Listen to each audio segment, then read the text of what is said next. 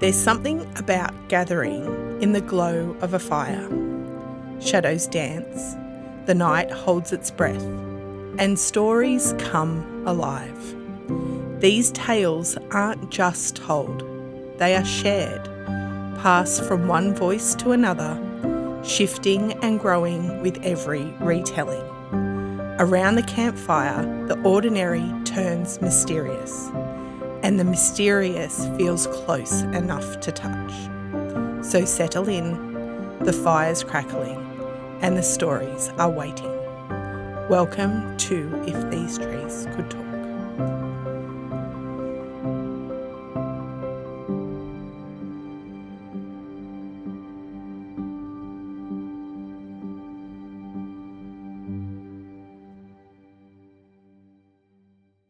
We wish to acknowledge the traditional custodians of the lands where our stories take us today. We share our stories from Wanneroo land with tales from Gamilaroi, Gadigal and Worimi country. First Nations people have been the storytellers of these lands for tens of thousands of years. Their stories are written in the land, sung in the air, carried in the waters and told under the stars. We pay our respects to elders past, present and emerging. Storytelling has always been and always will be at the heart of the culture in this country.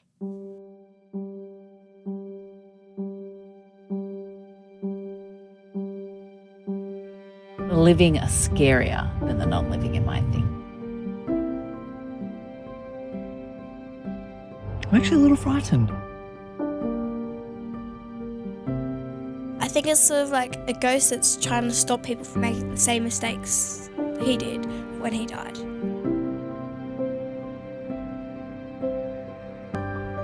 It filled the air and clung to their clothes and made it almost impossible to breathe.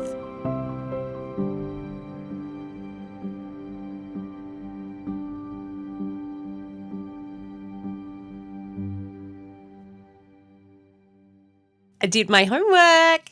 Well done you. I'm a bit excited about how excited you are about your investment in today's episode. I'm pretty committed. However, it was inspired by Claire, who is our guest today.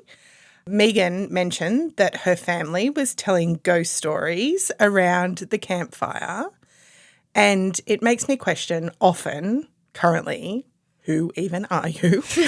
I do not know. I don't know what you've done to me. I don't know if we would say it's for the better. So what's your plan today? Well, what we're going to do here is a Campfire Stories episode. So each one of us has a little story to share. On the spooky side, are we all on the spooky side? We're going for a haunted roads theme today. Mm-hmm. Let's set the scene, Megan. Okay, ladies, I am going to set the scene and light the metaphorical campfire.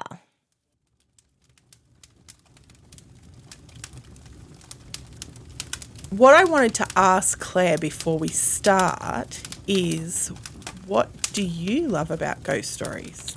I don't know, I just like things that lots of people can't believe is true, and it's cool to know that there is supernatural things out there. I love this, Claire. You are my favourite niece.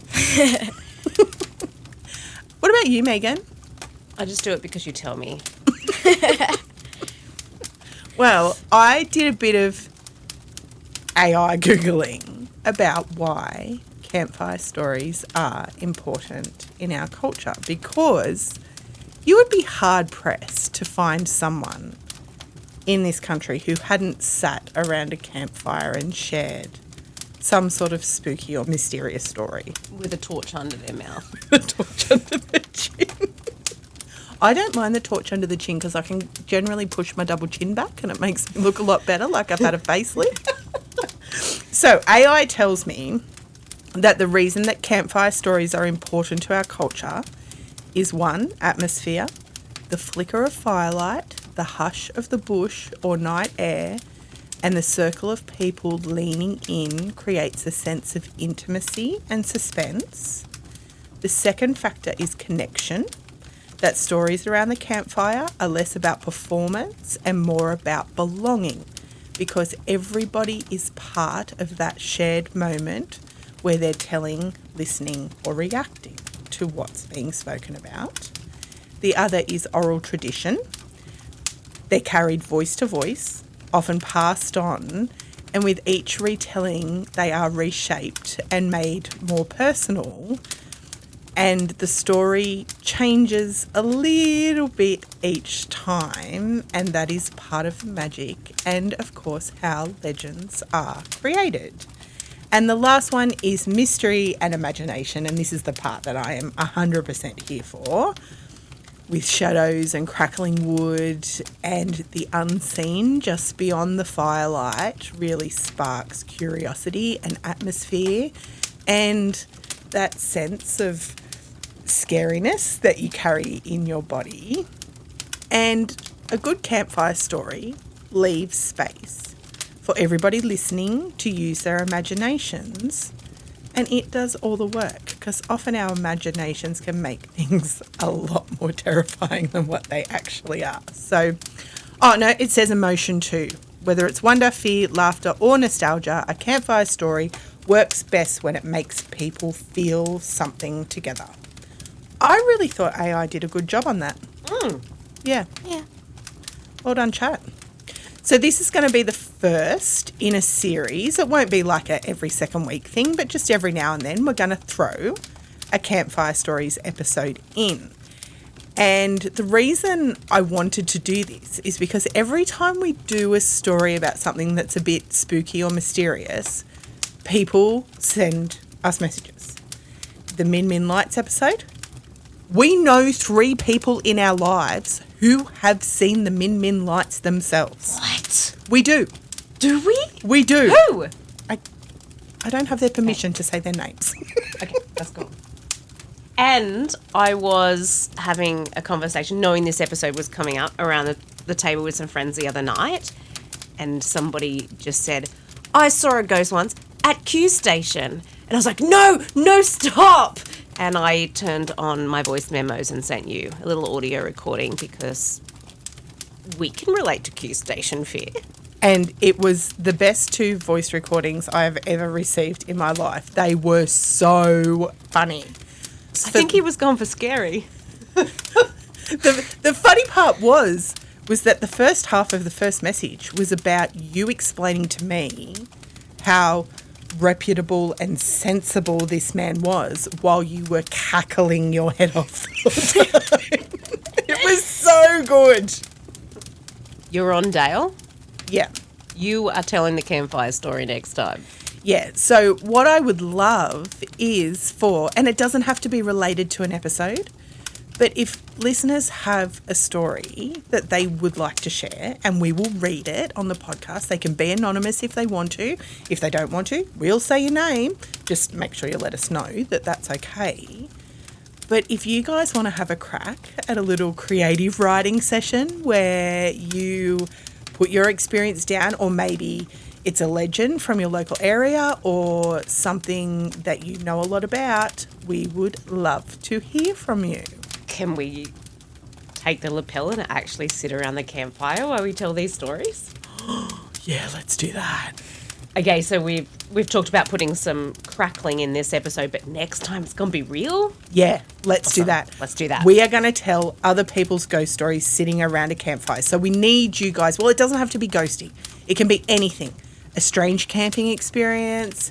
It might be a local legend. Whatever you think is going to grab listeners' attention, and you can do that. I'm going to put a submission form on the website so you can do it really easily.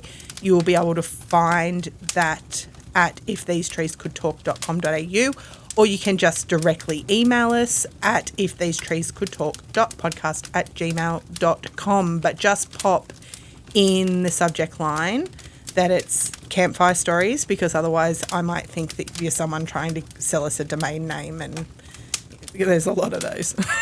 Okay, so can I just do a little bit of a request there? I'm thinking you, Melinda, Amy, Dale. Who do you want? I want Coz's brother's story. Uh-huh. Okay. Yep. All right. Who do you think's got a good story? I don't.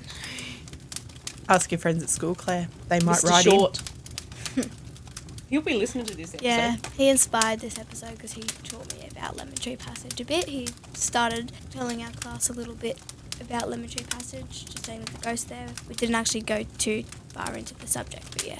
in. It piqued your interest, and then you came home and researched it. Yeah. Clearly. So good. Shout out to the Japanese teacher who's teaching my daughter about haunted towns. I wish my Japanese teacher taught me about haunted towns. I would have liked Japanese way more. Okay, so who's going to go first? Because we all have a story. I can go first. Okay. It'd be nice just to get it over and done with and sit back. Are you as nervous today as what you were last time? Nah.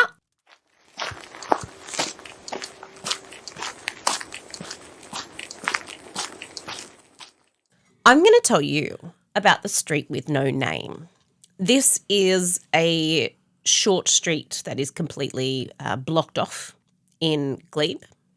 And when you gave me this task a couple of weeks ago, I took it very seriously. You said pick a haunted road, and I decided to pick one that I could actually visit in that time period. So I did. At night. For you. Who even are you? I We need a don't button. know. Did you go by yourself to the haunted road? You will have to wait. Okay. A lot of awful things have happened in this small space, and there's been a lot of reports of paranormal things. For our overseas listeners, Glebe is part of Sydney metro area. Inner West, yeah. Yeah. And super hipster and fun, and we had this delicious dinner. I gave it away. Yes, I did not go alone. We had this delicious dinner. It was so lovely. So there have been paranormal reports of strange smells coming from this area, pressure on chests, footsteps, drops in temperature. Also dogs and children acting strangely.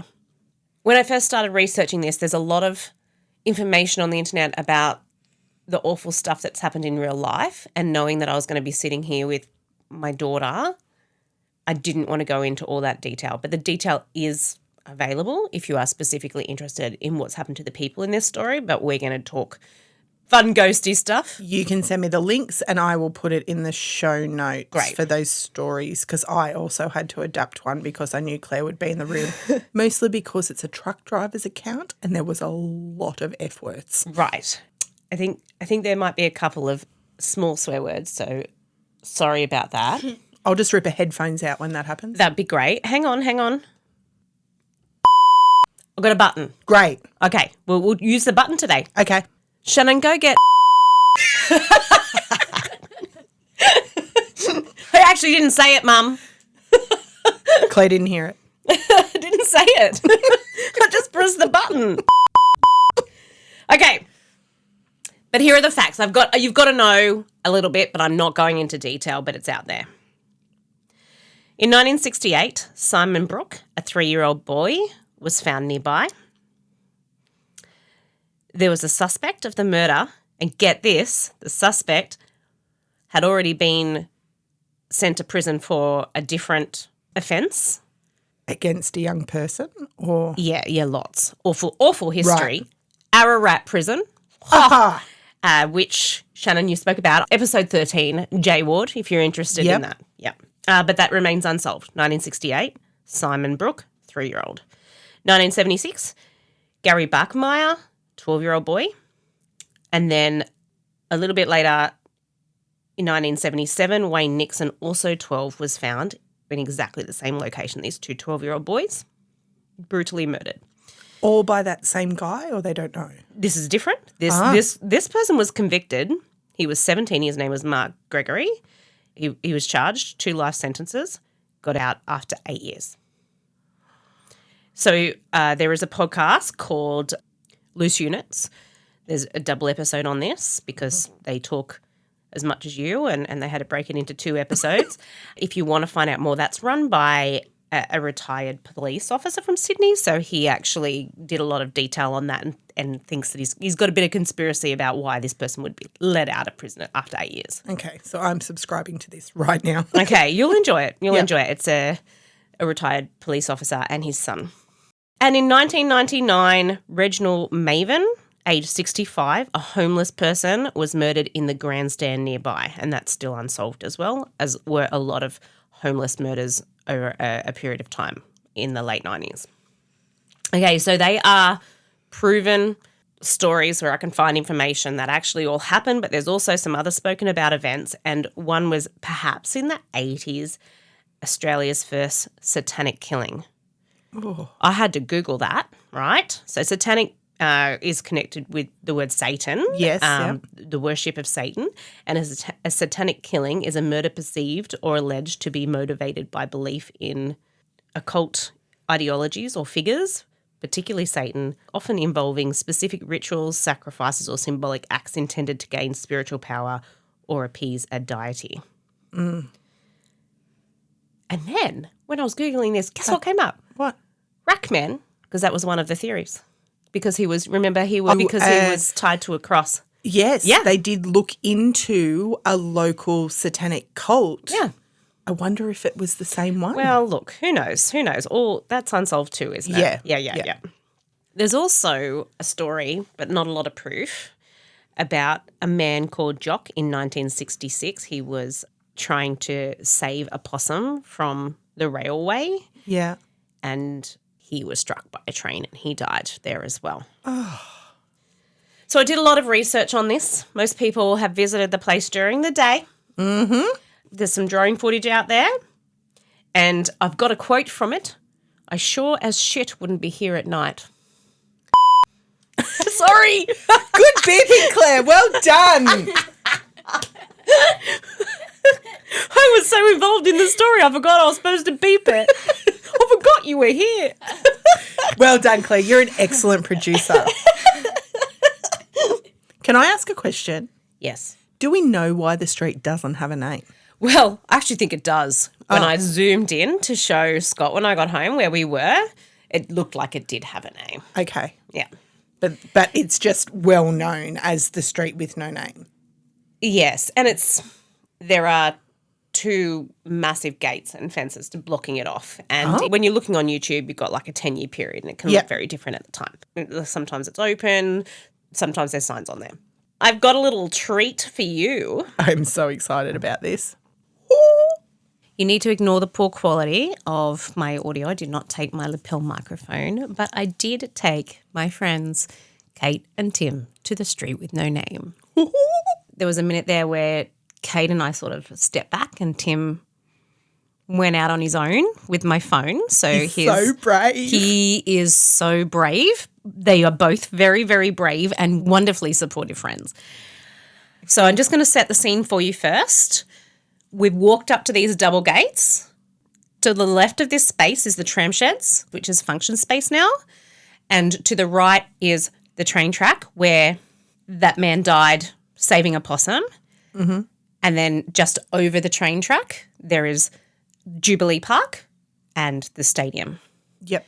And then I've just got snippets from our recording. I had about an hour of audio that I had to go through, but through these snippets, you'll hear our little adventure and then the part where I hand my phone over to him and Kate and I sort of step back and he goes and investigates on his own. I'm so excited for this. There's definitely a feeling here. No? Okay, I'm kind of regretting coming at night time, but I'm willing. Obviously, I mean, this is probably the lights from the city, right? But it seems quite lit. It is. I get a freaky vibe because things catch my eye through all this entangled movements and sounds. And you can imagine in this sort of setting, sound would echo very bizarrely. You know, we're in an area where people... That was actually a real person. It's okay. Did scare the shit out of us though. Is he real? Can everyone else see him? I can. Okay, yeah, there's lots of things definitely spooking me. Like an electric bike. An electric bike catches you off guard, that is for sure. Bonjour. Bonjour. This is Sydney. That is $1 million block of land times what? 6? This is new. Penthouses? How creepy is the tunnel? Oh, so that's the grandstand just there. So there's a homeless person sleeping in there at the moment. Right. Fully sounded like someone was stepping towards us. That was weird. Oh my goodness. You know when you hear like trainers? Oh, I heard that. That's why I looked, because I was like, is that dude moving? You're not looking like, I think we get freaked out like in this situation, but it's not the train too. murderer that you need to be scared of, because these are... The living are scarier than the non-living, in my thing. I don't know. That's just how I feel.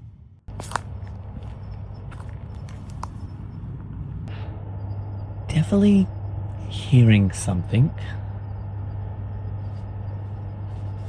I don't know if that's an animal, but there's an awful lot of rustling. I'm actually a little frightened. Oh, I've just seen lights.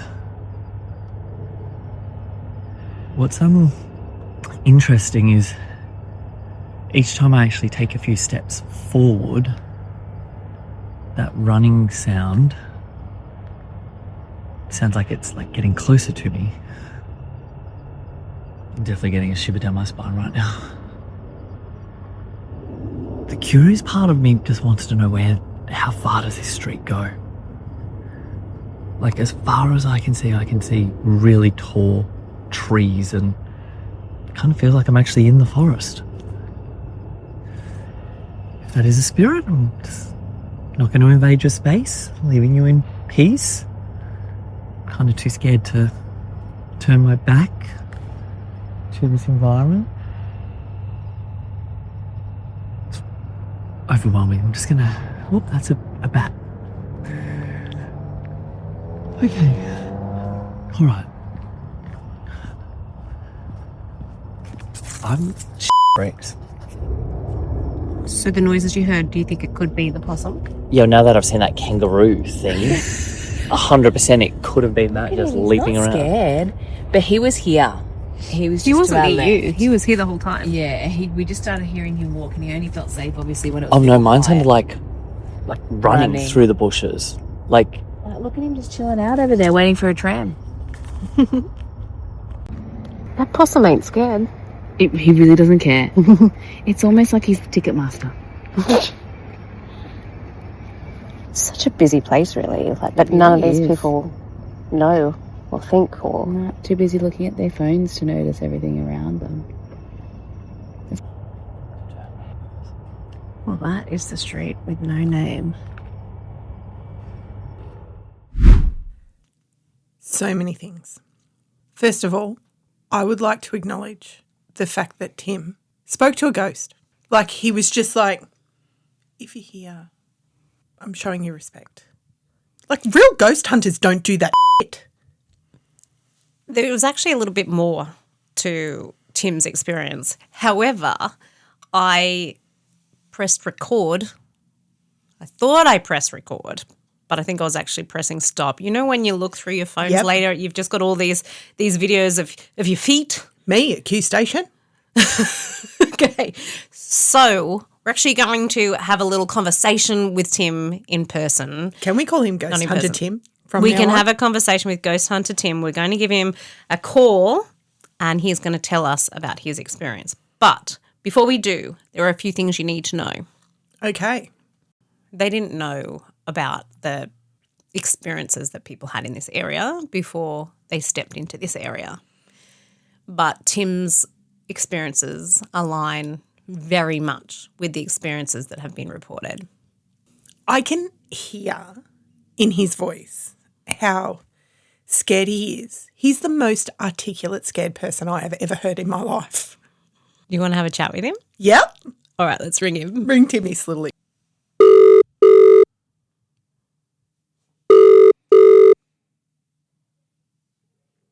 Hello. Hey, Tim. How you going? Good. How are you? I'm good, thank you.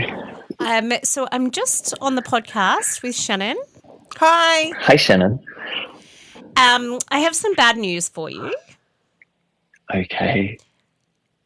You know how we went on our little ghost experience?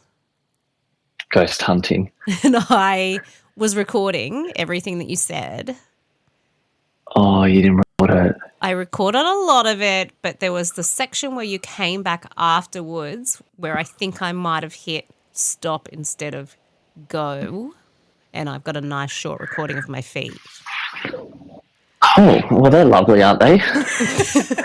So we need a little retell of when you had a little bit of a conversation with your friends, please.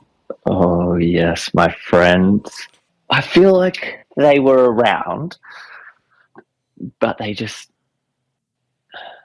were hesitant, is my word. So as you guys would have heard, I opened my heart and arms to them, and I explained that I'm just here to visit the area, just see what's happening. I was worried that maybe they'd be upset ghosts because of what occurred in that space. So I wanted to ensure that they knew that I was just visiting the area, even though I was terrified. But I wasn't there to cause any drama. Now, Tim, there was something I forgot to tell you. Well, I didn't know, actually, until I came back and was researching. One of the feelings, the paranormal experiences that some people have around there is changes in temperature. And then as soon as I read that, I was like, oh my God. Yeah, so I also did a little bit more research. As you know, I went in rather cold. It's a bit like how I travel. I just go to a country and then I work out what language they speak and what special landmarks are there that I should be aware of and food I should eat. I did the same with the ghost hunting experience. But I since did watch or listen to a podcast that shared that feeling of coldness. And I definitely had a problem with the temperature change. On your arms, like your arms were being held? Yeah, it was just my arms, and I was speaking to the ghosts and just saying who I was, what I was doing there, asked how they were, and I said, if you're here and you want to hang out with me, you're welcome to hold my hand or stand with me. But in that process, I had my arms out just beside my side and at ease and relaxed. But there was just this really cold feeling from sort of my biceps to my fingers. And the only description I could relate it to is if you've worked in sort of hospitality and you've walked into a cool room and you feel that coldness around your exposed skin.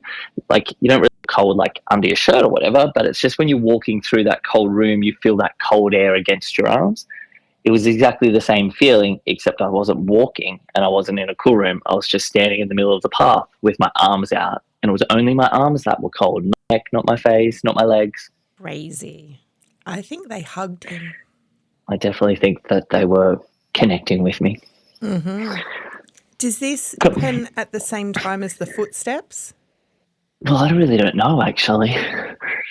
I just remember standing there and talking to them, but then I would stop my conversation because I thought I could hear things, so I would stop and listen.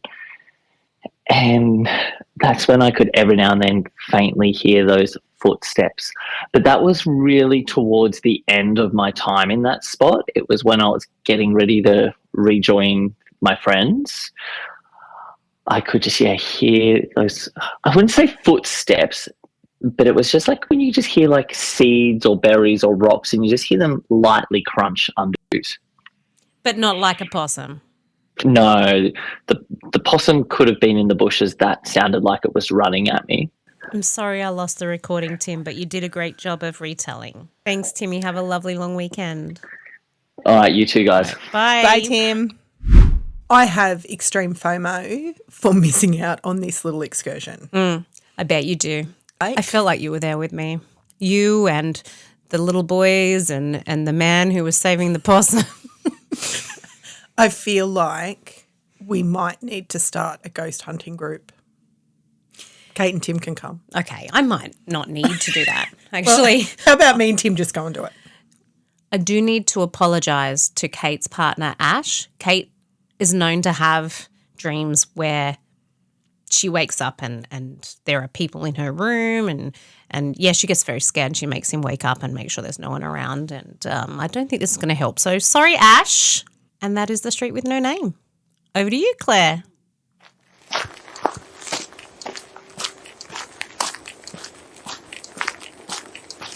Lemon Tree Passage is in Port Stephens, which is like 2.5 hours north of Sydney. The legend tells that there's a ghost that follows a car when they go at night and they speed on Lemon Tree Passage Road. And the light looks like a motorbike headlight, some would say.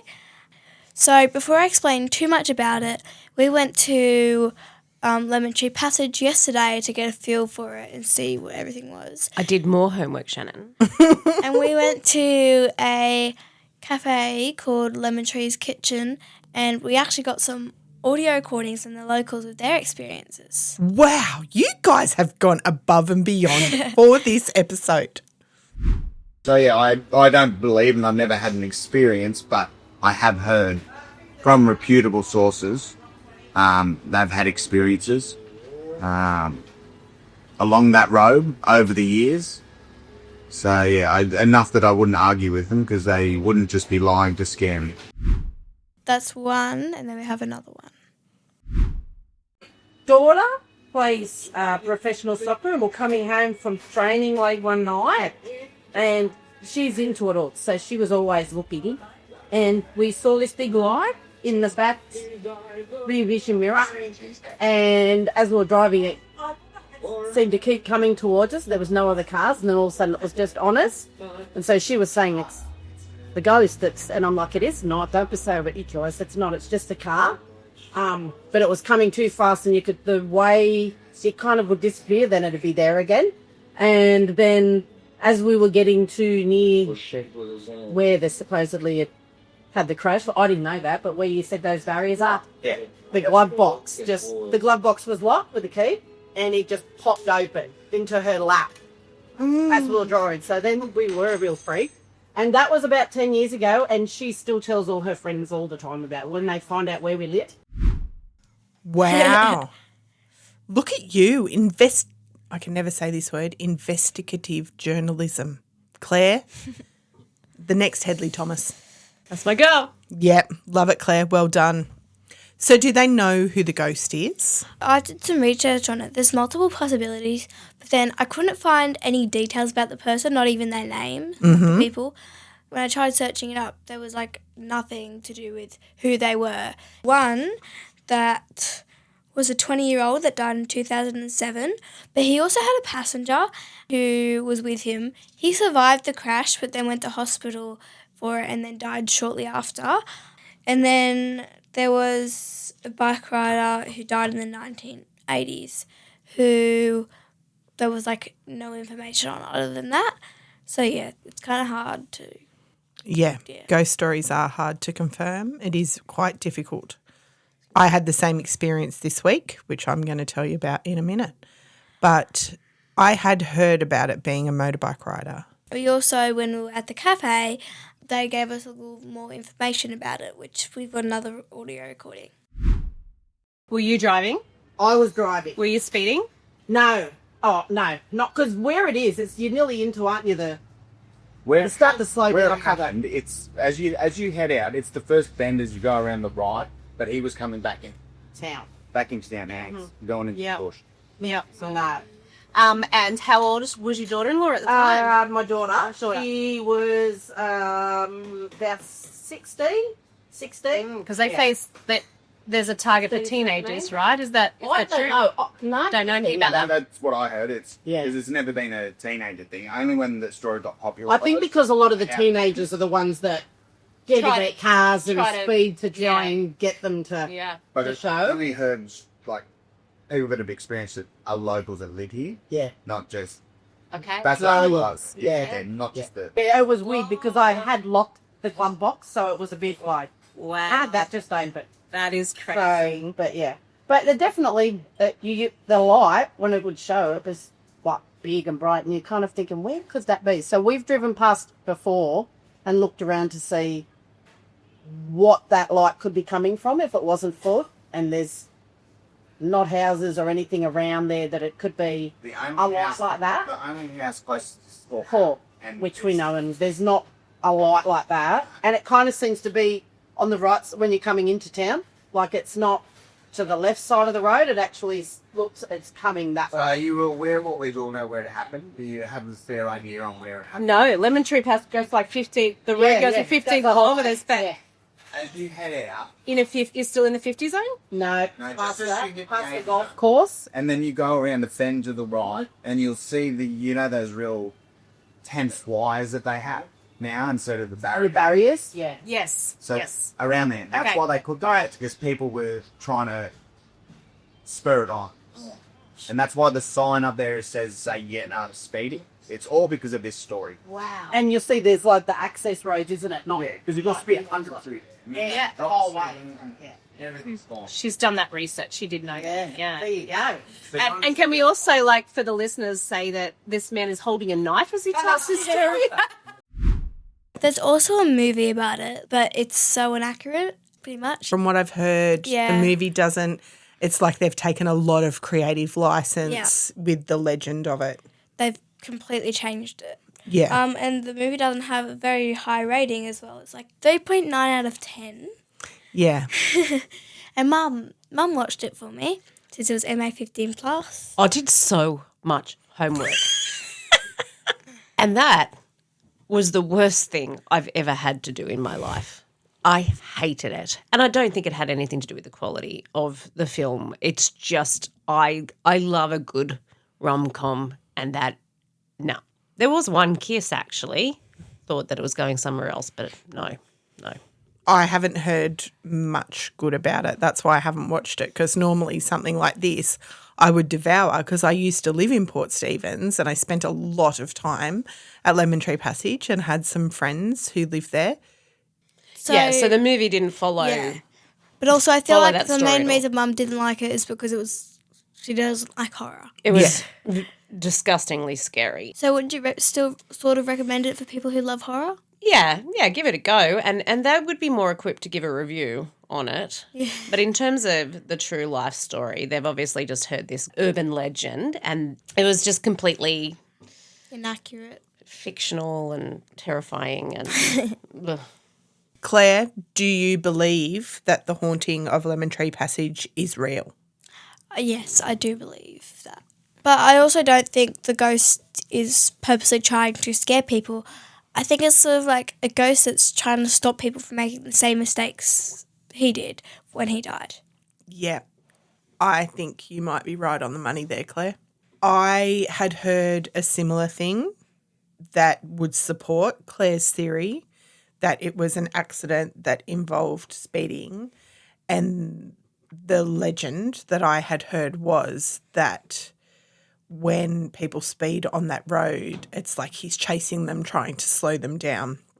I have also heard accounts of people trying to conjure the ghosts, like those people mentioned, and apparitions appearing in the back seat of the car.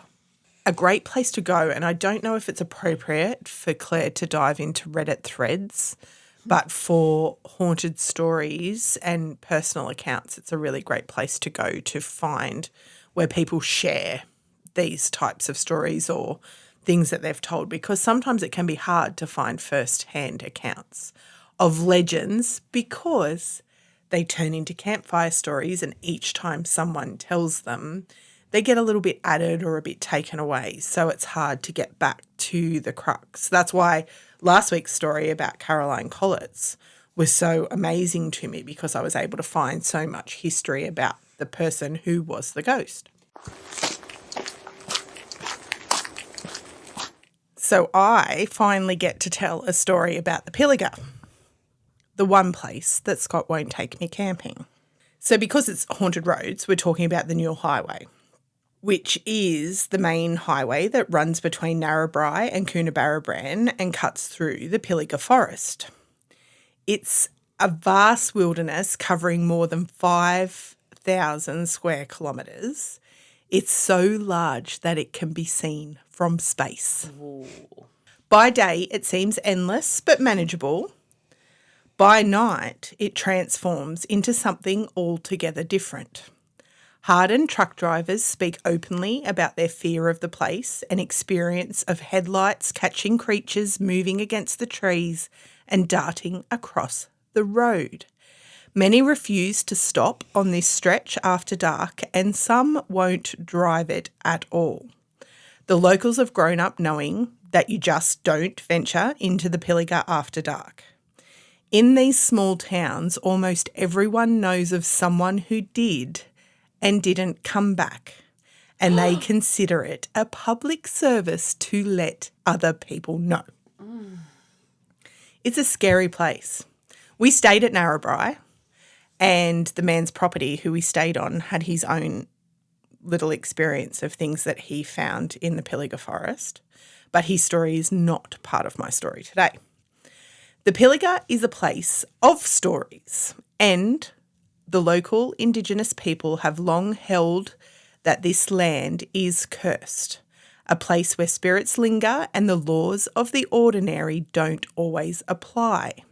Service stations along the highway display collections of photographs documenting unexplainable vehicle damage, and there's so many first-hand accounts of drivers who have felt the forest's strange presence that it's almost impossible to deny. Tales tell of phantom figures on the roadside, glimpses of enormous creatures vanishing into the undergrowth, and the ever-present whispers of the Pilliga princess, whose tragic life and restless spirit are said to haunt this lonely road. Before she became a legend, Claire Wibson, better known as the Pilliga princess, was a woman of the forest. Surviving on the fringes of society in the Pilliga, she had made her home in a hidden camp tucked amongst the trees away from the road, but she wasn't entirely alone. Truck drivers travelling the Newell Highway between Narrabri and Coonabarabran often gave her rides, helping her move between her camp and town, bringing supplies and keeping a wary but respectful eye on the woman who had chosen a life far from ordinary. These journeys, hitchhiking along the highway, became a familiar routine. Most people who live in the area knew of her, passed her walking along the highway, and even kids who travel on the school bus would see her regularly. When did you say this was? This was before she died. What year? So she passed away in 1993, so in the lead up. Okay. Yeah. All right, so not old history. No, not old history. Maybe for Claire, but for me it was just like 10 years ago, wasn't it? It was back when we still listened to CDs, Claire. I feel like that was a cassette time. Maybe even was. I think it was. Yeah, that was pretty old. Jeez. Claire's life was marked by tragedy. Some say she had been cast out by a wealthy partner who took her child. Others claim her husband was killed, leaving her alone with grief too heavy to bear. In every version of the local legends, she turns her back on society, retreating into the wilds of the forest where she could live on her own terms. But the forest and highway hold more than just memories of her life. Claire Wibson's story ended abruptly in 1993 when she wandered into the path of an oncoming truck. The driver didn't see her until it was too late, yet even in death her presence seems to linger. Truckies still tell of glimpsing a slender figure with wild white hair in the headlights, moving along the edges of the road, sometimes appearing just long enough to make their blood run cold before vanishing into the darkness. One truckie, new to the area and the route in 2014, was travelling through after dark. His manager had warned him about the Pilliga and said that he didn't mind if he pulled up before he got there, as most of the guys won't head in after dark. But he said, "I'll be right, mate." And I'm paraphrasing this because it was truckies talk. That was pretty much how it goes. He said, "I'll be right, mate," and continued on his way with a plan to take a rest at the next service centre. He noticed a woman by the side of the road and she flagged him down. He pulled over, she opened the truck door and just climbed in. She said, "I need a lift up the road to my camp." The truckie agreed, but not without regret. For the rest of the trip, she did not speak once. Despite his efforts to strike up a conversation, she just remained silent and looked ahead, and she stunk. They travelled along for a while in uncomfortable silence, and then, without another word, she said, "Here's fine." He pulled up, she got out, and headed straight into the bush. He was thinking, what the hell is this chick doing out here? He travelled to the next rest stop in Narrabri, feeling pretty angry about the smell of her lingering in his truck. When he arrived, he tried to sleep, but the smell was so strong he decided that he would get out and sleep in the trailer. The following morning, once he got up, he mentioned meeting the strange smelly woman to a fellow truck driver getting ready to head out onto the road. The man went white. He said, "Mate, that's the Pilliga Princess." The truckie was happy to have an answer. He felt a little bit relieved that other people knew of her, until the truck driver said she was killed on that highway in 1993. Oh, I've got goosebumps. Unsure if this guy was just having him on, he mentioned it to his boss of the trucking company when he returned back to base. He told him, "Grab a beer, have a seat, I'll be back in a minute." He went and pulled the footage from the cab cameras in his truck. The truckie sat awestruck as he watched the footage. He could see himself in the cab. He saw the door open. He watched as he had a conversation into thin air. The door closes on its own before he pulls back out onto the highway. Needless to say, like many of the other drivers, he pulls up before he even gets close to the Pilliga if nighttime is approaching. This is not the only truck driver's first-hand account of strange things happening on that highway.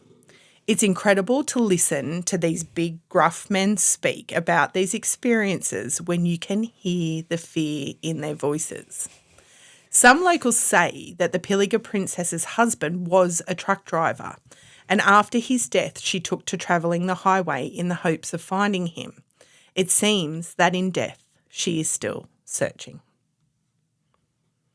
Claire Wibson's grave is in Coonabarabran, and it stands as a quiet testament to her years roaming the highway, with a headstone donated by the very truck drivers who had known her in life, keeping the memory of the Pilliga Princess alive. But the Pilliga Princess is not the only thing to roam the highway and the forests surrounding it. Truck drivers and travellers alike speak of massive, hair-covered creatures crossing the bitumen in the dead of the night or keeping pace with their vehicles just beyond the tree line. Yowies. Watching from the shadows. For decades, sightings of the Yowie, Australia's answer to Bigfoot for our international listeners. Which episode? Oh, Rivers episode. Episode 12 it is, the Yowie Fact or Fiction. Excellent. River, our guest for that episode, will give you all of the information about the Yowies. So reports of Yowies have poured in from this single highway, thousands of them, leaving behind shaken witnesses, unexplained damage and stories that refuse to fade. the most extraordinary first-hand account of a yowie I've ever heard came from this very area. It was told to yowie hunter Dean Harrison on the AYH podcast, and I will link the interview in the show notes because you really have to hear it in her voice. It is the most incredible account I have ever heard. It happened in the spring of 2010 when a family decided to visit Hickey Falls, a hidden pool below the waterfall tucked deep between two hills and a narrow gully off the old highway. The forest there is thick, and to reach the water you have to carefully navigate a rocky walk down to the swimming hole. The mother was with her daughter, her son, and two of her daughter's friends from Coonabarabran. The girls ran ahead, laughing and shrieking, towels in hand, racing down the rocks to the bottom of the falls. The mother, busy unstrapping her son, suddenly noticed an unnerving silence. No birds, no insects, no distant cars, only the roar of the waterfall, and then faintly the cry of a small child. It was soft at first, almost like a lost little girl calling for help, and then it abruptly stopped. Her gaze shifted back to the car park. There was another vehicle with its doors and trunk wide open, belongings scattered everywhere. There was clothes, jerry cans, utensils, but there was no one inside. She reasoned the owners of the messy car's child must have wandered off down the track or into the forest, and that they may have been off trying to find her, and that's why she was crying. But fear still gnawed at her. Something was wrong. She ignored that feeling, grabbing her son and following after the girls towards the falls. As they reached the falls, the girls' screams and laughter filled the strange silence that she had felt so alarmed by earlier. And then it happened. A deep, guttural roar exploded across the gully, bouncing and echoing off the rocky amphitheatre. It was aggressive, primal, like nothing alive she had ever heard before. The sound she later compared to a bear, but far larger and far more menacing. Panic surged. The girls ran screaming from the water. As they bolted back towards the car, they were dropping towels and shoes along the way. The little boy clung to his mum in terror. The mum scrambled after them, holding her son and grabbing what she could, with her heart hammering as she took off behind them. Behind her, the forest seemed to come alive in fury. Branches were snapping, trees were bending and breaking, and pounding footsteps as if something colossal was pushing its way down the hillside towards her. Then came the smell, vile, choking, like rotting flesh. Worse than any roadkill or decay she had ever encountered. It filled the air and clung to their clothes and made it almost impossible to breathe. Every instinct screamed, "Run faster."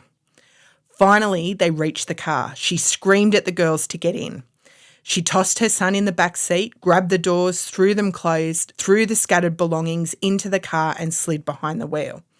That's when she saw it, a huge, broad shape moving through the bush, descending the trail towards where the car was parked. She compared its size to her brothers, men over 6 feet tall, and realised this creature was far bigger, broader, and impossibly massive. She literally flung the car sideways out of the car park as she took off in horror and sheer shock. As she approached the turn back onto the highway, a police car pulled in. Here's a woman with 4 kids, none with seatbelts on, all hysterical in the back seat as she drives erratically towards the highway. She slowed as he flashed his lights at her to stop. The police officer said, "We've had reports of an abandoned car." She yelled at him, "Don't go down there. There's something there. It's in the car park." And she just took off. It was only then that she thought about the car in the car park. Were the people still there with that thing? They were only a few kilometres up the highway when she noticed the flashing police lights in her revision mirror. It was the police officer they passed on the way out. but he passed them like they didn't exist. He was travelling much faster than they were, and she was not doing the speed limit. The kids said, "Did you see his face, Mum? He looked frightened." The mum said, "He probably looks like we just did 10 minutes ago." The week following, Mum decided to check in with the officer. She was having some issues processing what had occurred and was wondering if he had seen it as well. When she inquired at the station, they told her he had taken leave on that day and hadn't been back since. The Pilliga Forest is more than just a stretch of bushland along the Newell Highway. It's a place where stories breathe, where the line between the living and the dead, the natural and the unknown, blurs into the shadows. From the restless spirit of the Pilliga princess forever wandering the roadside to the towering presence of the yowie stalking the tree line, these tales remind us that some places carry more than just history. They also carry mystery. And for those who drive that highway after dark, the question is never if the forest will stir, but when. Can we go, Mum?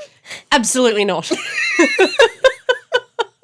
I will link that lady's story, and her story has a lot more detail. I didn't want to do a word-for-word scenario because she's obviously shared that with Dean from Yowie Hunters Australia or Australian Yowie Hunters. Anyway, I'll link it. She talks a lot about the aftermath of what that felt like and how she struggled and, you know, the feeling of people wouldn't believe her. But she had to drop those two kids who weren't her kids home to the parents and explain, we've had this really strange experience and I can't be sure that the kids won't be traumatised tonight and have nightmares. And the mum's response was, stuff like that happens along the highway all the time. Oh. So it's like the locals just all know. Yeah. Did they find who owned the car? You will find out what she learnt in that story, like when you listen to her account of it. But I think it was just eventually listed as stolen and that was where it ended. I don't think that police officer ever returned to work. That's our ghost stories for today. That's my ghost stories for life. I'm done. Why are we doing this? Because it's so much fun. Ghosts are just people that have died. Is that supposed to make me feel better? Yeah, because they're not evil unless the person they were originally were evil. That's a good way to look at it, Claire. I like how she thinks. So, if you guys have a ghost story, please send it in to us. If you have a Yowie story, please send it in to us. And if you just have a strange occurrence or a local legend that you'd like to share, even if there's something you want us to research, email us. We love to hear from our listeners because I really want to do one of these again. And Megan's a bit haphazard about it now, but can we just acknowledge the fact that you went to the places? She took this assignment seriously. Thank you. The way you were looking at me then, I was thinking you were going to say, that's because you shamed me so bad last time. Well, that's exactly what I was thinking. People have been giving me a hard time for the last fortnight. You didn't do your homework. You're silly. I loved that movie. You should go and watch that. I love our listeners' support. Thanks, guys.